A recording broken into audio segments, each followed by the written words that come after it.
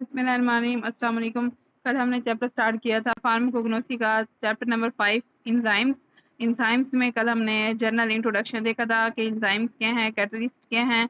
फिर हमने नेक्स्ट जो अगला टॉपिक देखा था वो था properties of enzymes. Properties of enzymes के बाद हमारे पास कुछ इंजाइम्स हैं जिनको एक्सप्लेन किया हुआ है। हमने उसकी 5 बातें देखनी है। बायोलॉजिकल सोर्स देखना है कि उसका सोर्स कौन सा है, बायोलॉजिकली वो कहाँ से हासिल हो रहा है। दूसरा उसका मॉलिक्यूलर वेट क्या है। तीसरा उसका कलर क्या है। चौथा उसकी सोलबिलिटी क्या है। और पांचवा उसकी यूजेस क्या है। सबसे पहले हमारे पास है ब्रोमीलेन। ब्रोमीलेन की यहाँ पर बताया हुआ है कि प्रोटोलिटिक इंजाइम है, ठीक है। और असल में क्या है, मिल्क क्लोटिंग इंजाइम है कि मिल्क को क्या करवा रहा है, क्लोट करा रहा है। प्रोटोलिटिक मतलब प्रोटीन की क्या करवा रहा है, प्रोटोलिटिक जो भी चीज होगी वो क्या करवाएगी, प्रोटीन की डाइजेशन करा रही है, ठीक है। किसी भी चीज के अंदर प्रोटीन हो, मौजूद हो, तो उसको क्या करवा देगा, उसकी डाइजेशन करा देगा, प्रोटीन की ब्रेक डाउन करा देगा। और नेक्स्ट वो कह रहे हैं कि ये क्या है, मिल्क क्लोटिंग एंजाइम है। जैसे ही इसको मिल्क के अंदर डालेंगे तो क्लोट्स बनना स्टार्ट हो जाएंगे। सबसे पहले चूंकि हमने 5 बातें करनी है, तो इंट्रोडक्शन आपने देख लिया कि प्रोटोलिटिक है और दूसरा क्या है, मिल्क क्लोटिंग एंजाइम है। फिर हमारे पास है सोर्स, इसका बायोलॉजिकल सोर्स हासिल कहाँ से हो रहा है, किस पौधे से। यहाँ पे आपको नजर आ रहा है पाइनएप्पल। तो बेसिकली ये किससे हासिल हो रहा है, पाइनएप्पल। और पाइनएप्पल का बायोलॉजिकल नेम क्या है हमारे पास, अनानास कोमोसस। तो इसलिए कह रहे हैं कि इट इज ऑब्टेन फ्रॉम, अगर हमें ये वाला इंजाइम चाहिए तो ये कहाँ से हासिल हो रहा होगा, it is obtain from juice and stem of juice. तो आपको समझ आ गई थी, जो जूस है पाइनएप्पल का वहां से, और साथ उसके स्टेम तने से, किसके भला, अनानास कोमोसस।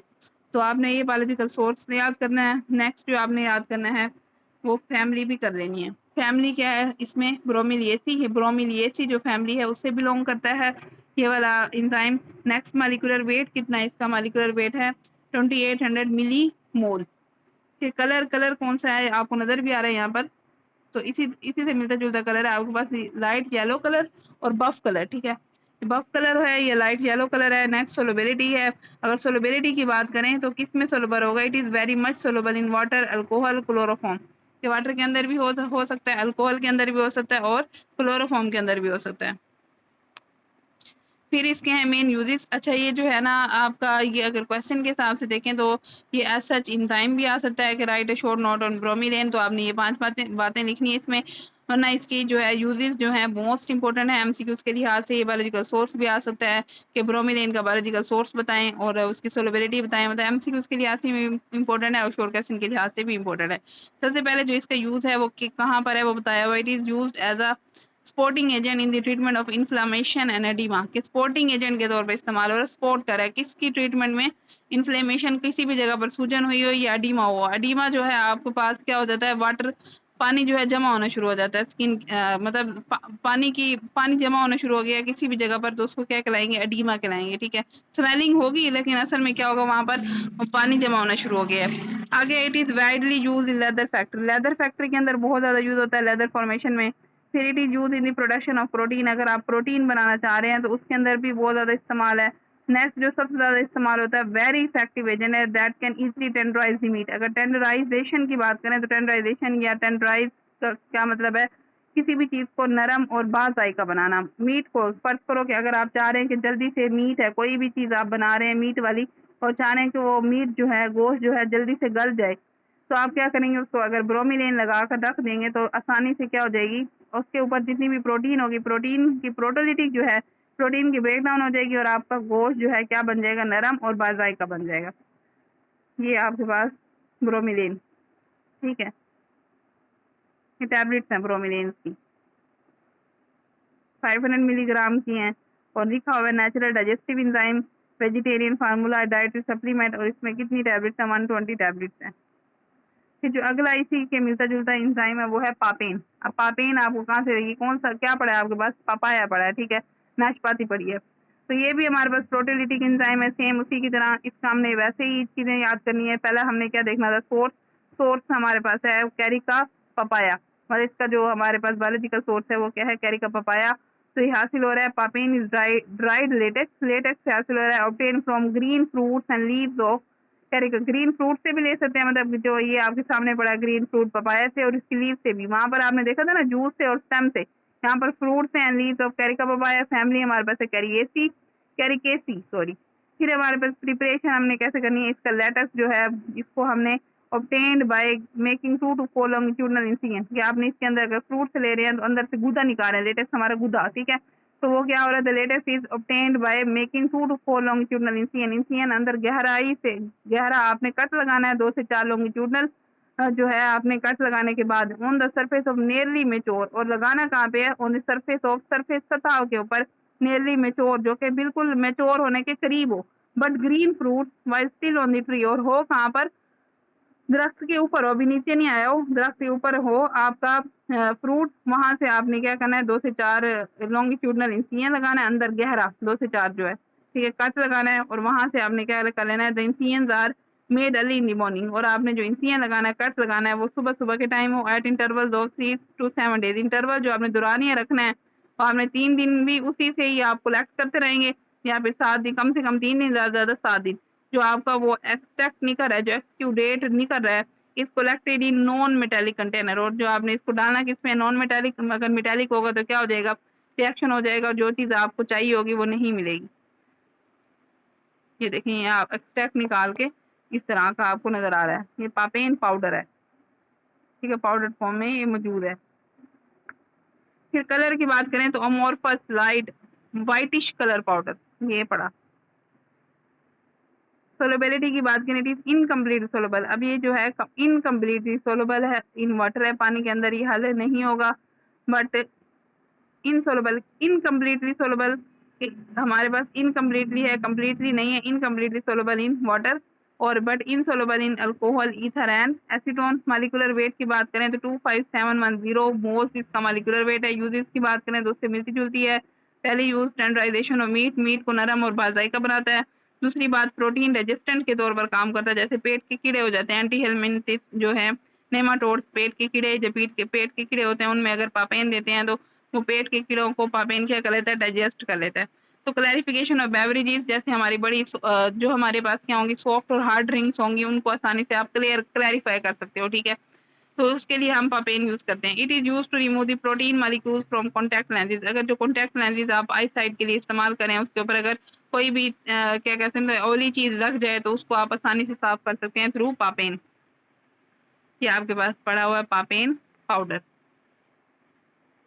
नेक्स्ट जो हमारे पास टॉपिक है वो है क्लासिफिकेशन ऑफ इंजाइम्स। इंजाइम्स का टॉपिक हमने कल पढ़ा था, उसमें हमने स्टार्ट में देखा था कि इंजाइम्स क्या है। इंजाइम्स के बारे में हमने देखा था कि इंजाइम्स क्या है, बायोलॉजिकल कैटलिस्ट हैं जो किसी भी रिएक्शन में अगर डालेंगे तो क्या कर देंगे, रिएक्शन को बूस्ट अप कर देंगे, स्पीड अप कर देंगे। अब हमारे पास क्लासिफिकेशन ऑफ इंजाइम है कि इंजाइम की क्लासिफिकेशन हमने किस तरह से करनी है, दर्जा बंदी जो करनी है किस तरह से करनी है। हमारे पास दो मेथड है, एक है ओल्ड मेथड पुराना जो था, एक है न्यू मेथड। हम देखेंगे ओल्ड मेथड में कौन से एंजाइम आएंगे और न्यू मेथड में कौन से एंजाइम आएंगे। ओल्ड मेथड में किस बुनियाद पर क्लासिफिकेशन कर रहे थे और न्यू मेथड में किस बुनियाद पर कर रहे थे। पहले हमारे पास ओल्ड मेथड है, by using this method the enzymes are named by adding suffix. Enzymes जो है हम इसमें वो वाले एंजाइम्स ऐड करते हैं, मतलब उनको हम एंजाइम कह सकते हैं, उनकी क्लासिफिकेशन कर सकते हैं जिनके नाम के आखिर में क्या आना चाहिए, एस आना चाहिए, ASC एस, ठीक है। फिर हमारे पास इसमें एग्जांपल है लाइपेज। लाइपेज के एंड में देखें एस है, सेलुलोज जिसके एंड में एस है, वो हमारे पास क्या कराएंगे, एंजाइम्स कराएंगे। लाइपेज जो है किसके लिए इस्तेमाल हो रहा है, फैट्स को हाइड्रोलाइज करवाने के लिए। सेलुलोज किसकी क्या करवा रहा है, सेलुलोज की हाइड्रोलिसिस मतलब ब्रेक डाउन करवा रहा है। हाइड्रोलिसिस मतलब पानी की मौजूदगी में, हाइड्रोमीन वाटर। इसके अंदर जो हमारे पास एंजाइम्स आते हैं, पहला है एस्टरेजिस, ठीक है, जो क्या करवा रहा है, it is the group of enzyme that hydrolyse the lipid, ठीक है। लाइपेज इसकी एग्जांपल है।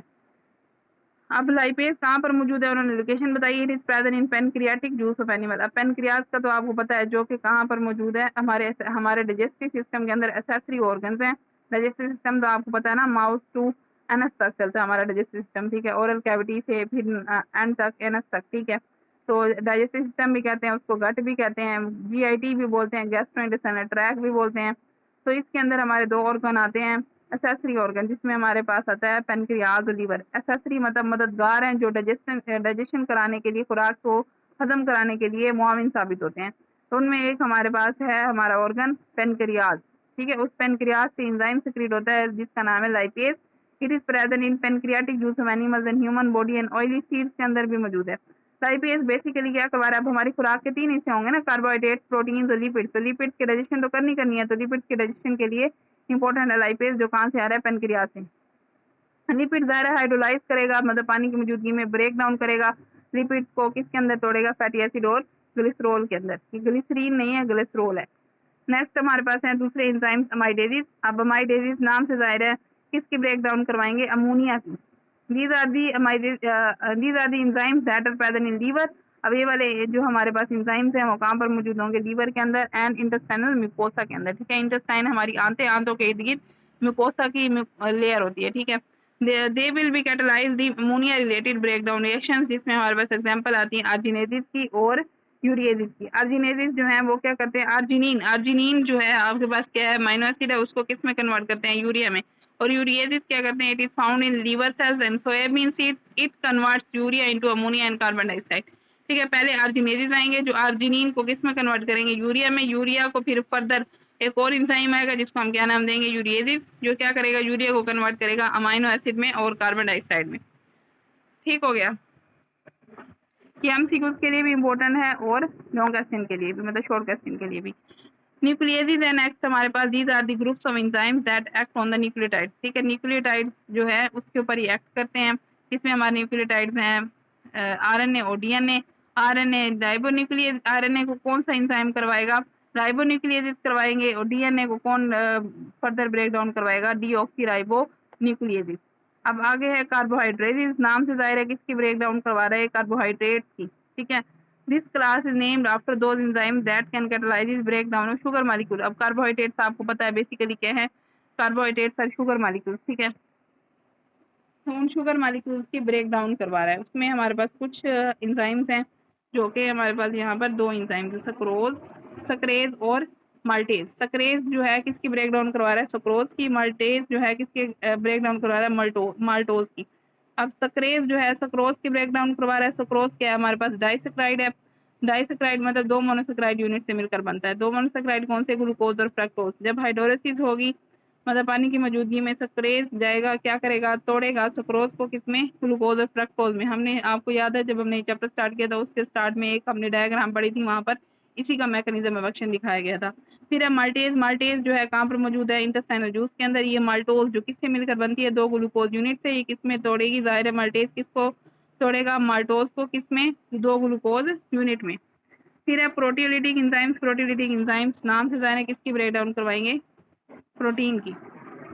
अब इसमें हमारे पास दो एंजाइम है, एक है पेप्सिन और दूसरा है रेनिन। ठीक है, पेप्सिन कहाँ पर मौजूद है, it is present in gastric juice of animals. ये गैस्ट्रिक जूस ऑफ एनिमल्स के अंदर मौजूद है। गैस्ट्रिक जूस कहाँ से हासिल हो रहा है हमें, स्टमक से। स्टमक के अंदर असल में ये रिलीज होता है पेप्सिन हार्मोन। पहले ये जो है हमारे पास इनएक्टिव फॉर्म में मौजूद होता है स्टमक के अंदर, जिसको पेप्सिनोजिन बोलते हैं। जैसे खुराक आती है तो क्या होता है, एचसीएल सेक्रेट होता है। जैसे एचसीएल सेक्रेट होता है इसको सिग्नल मिलता है। पेप्सिनोजिन किस में कन्वर्ट हो जाती है, पेप्सिन में। ये क्या करता है, प्रोटीन की डाइजेशन करवाता है और उसको किस में कन्वर्ट करवाता है, उसके प्रोटीन को उसके सिंपलर कंपाउंड्स में, मतलब जिससे प्रोटीन बन रहा है, मतलब प्रोटीएजेस में और पेप्टोन्स में इसको कन्वर्ट करता है। ठीक है, तो रेनिन क्या है, रेनिन हमारे पास जो है मिल्क कोगुलेटिंग एंजाइम है। कहाँ पर मौजूद है, found in the mucous membrane of fresh stomach of mammals. हम मैमल्स है ना, तो मैमल्स के फ्रेश स्टमक में मौजूद है। ये क्या करवाता है, इट कडल्स प्रोटीन, मतलब ये प्रोटीन ऑफ मिल्क, अगर कोई मिल्क की प्रोडक्ट हमने खाया तो उसके अंदर हमारे पास प्रोटीन है, उस प्रोटीन की डाइजेशन कराता है। अगला ये तो एक हमारे पास पिछला मेथड था, याद रखिएगा, जिसमें हमने उसको एंजाइम क्लासिफिकेशन किसकी बुनियाद पर की थी, एंजाइम्स के एंड में जो लफ्ज आता है एस, उसकी बुनियाद पर। अब न्यू मेथड जो है, न्यू मेथड को हम नाम देते हैं इंटरनेशनल एंजाइम कमीशन, इसको भी बोलते हैं मेथड। इस method is also known as IEC method. या एमसीक्यूज है, आईईसी मतलब इंटरनेशनल एंजाइम कमीशन। इस न्यू मेथड में हमने कहा कि एस तो एस है, वो तो एक निशानी है क्लासिफिकेशन के साथ, हमने एक और चीज ऐड कर दी, एडिशन कर दी, क्या बोला, फंक्शंस की बुनियाद पर। हमने एज तो रखना ही रखना है, उसके साथ हमने फंक्शंस की बुनियाद पर, मतलब एंजाइम्स के फंक्शंस की बुनियाद पर उसकी क्लासिफिकेशन की है। तो पहला हमारे पास है एंजाइम डीहाइड्रोजिनेज। डीहाइड्रो जो नाम से ज़ाहिर है, डी मीन रिमूवल और हाइड्रो मीन आपके पास हाइड्रोजन। तो it is an enzyme that acts on the substrate. अगर ये ऐसे एंजाइम्स हैं डीहाइड्रोजिनेज जो अगर सबस्ट्रेट पर एक्ट करेंगे तो क्या करवा देंगे, हाइड्रोजन की रिमूवल, हाइड्रोजन मॉलिक्यूल की रिमूवल। आगे है ऑक्सीडेजिस। ऑक्सीडेजिस हमारे पास ऐसे एंजाइम्स है जो क्या करवा रहे हैं, ऑक्सीडेशन रिएक्शन को कैटालाइज करवा रहे हैं। कोई भी ऐसा रिएक्शन जिसमें ऑक्सीडेशन हो रही है उसको कैटालाइज करवा रहे हैं। ठीक है, उसके बाद हाइड्रोलेजिस। हाइड्रोलेजिस क्या करवा रहे हैं, These are the enzymes that boost up the speed of the hydrolysis reaction. अगर हाइड्रोलिसिस हो रही है मतलब पानी की मौजूदगी में कोई भी चीज़ की ब्रेक डाउन हो रही है, उससे उस रिएक्शन को अगर हाइड्रोलिसिस चले गए हैं तो क्या करवा देंगे, बूस्ट अप करवा देंगे। फिर लाइगेज और सिंथेटेज, लाइगेज और सिंथेटेज क्या करवा रहे हैं, ये बाइंडिंग का काम करे। It is an enzyme that promotes और boost up the speed of the reaction in which new bonds are, bonds जैसे मैंने बाइंडिंग बताया, कोई नया बॉन्ड, दो चीजें आपस में जुड़ रही हैं, कोई दो चीजें आपस में मिलकर एक नई चीज बना रहे हैं, सिंथेसिस हो रही है, किसी नई चीज का बनने का अमल हो रहा है, तो कौन से एंजाइम वहां पर होंगे, लाइगेज होंगे। ये फंक्शंस की बुनियाद पर है, ठीक है। यहाँ पर हमारा जो है चैप्टर नंबर 5 कंप्लीट होता है। इसमें मैं लास्ट में बता देती हूँ कि हमने एक जनरल एंजाइम की डेफिनेशन देखी थी, कैटलिस्ट और एंजाइम का फर्क देखा था, फिर उसकी खुसूसियात देखी थी, फिर 2 हमने एंजाइम पढ़े और लास्ट में हमने क्लासिफिकेशन देखी। नेक्स्ट हमारा जो चैप्टर है वो चैप्टर नंबर 6 है। बहुत आसान है फार्माकोग्नोसी, आपने जैसे जैसे मैंने बताया है वैसे वैसे आप तैयार करते जाए। 5 चैप्टर हमारे कंप्लीट हो गए हैं। जिसने ये 5 चैप्टर पहले नहीं पढ़े वो आसानी से लेक्चर नंबर 1 से फार्माकोग्नोसी एंड सो ऑन आप जहाँ तक अपलोड हो चुके हैं आप आसानी से पढ़ सकते हैं। आपके पास एक एक चीज, एक एक लफ्ज मैंने बताया हुआ है और साथ साथ मार्क भी कराया हुआ है। ये एमसीक्यू था और ये शॉर्ट क्वेश्चन है, ठीक है। इंशाल्लाह कल हम इसी टाइम पे मिलते हैं और पढ़ते हैं हम क्या भला chapter number 6 named hyper sensitivity, pharmacognosy का चैप्टर नंबर 6 कल हम स्टार्ट करेंगे इंशाल्लाह। आज के लिए इतना ही काफी है, उम्मीद है समझ आ गई होगी। अल्लाह हाफिज।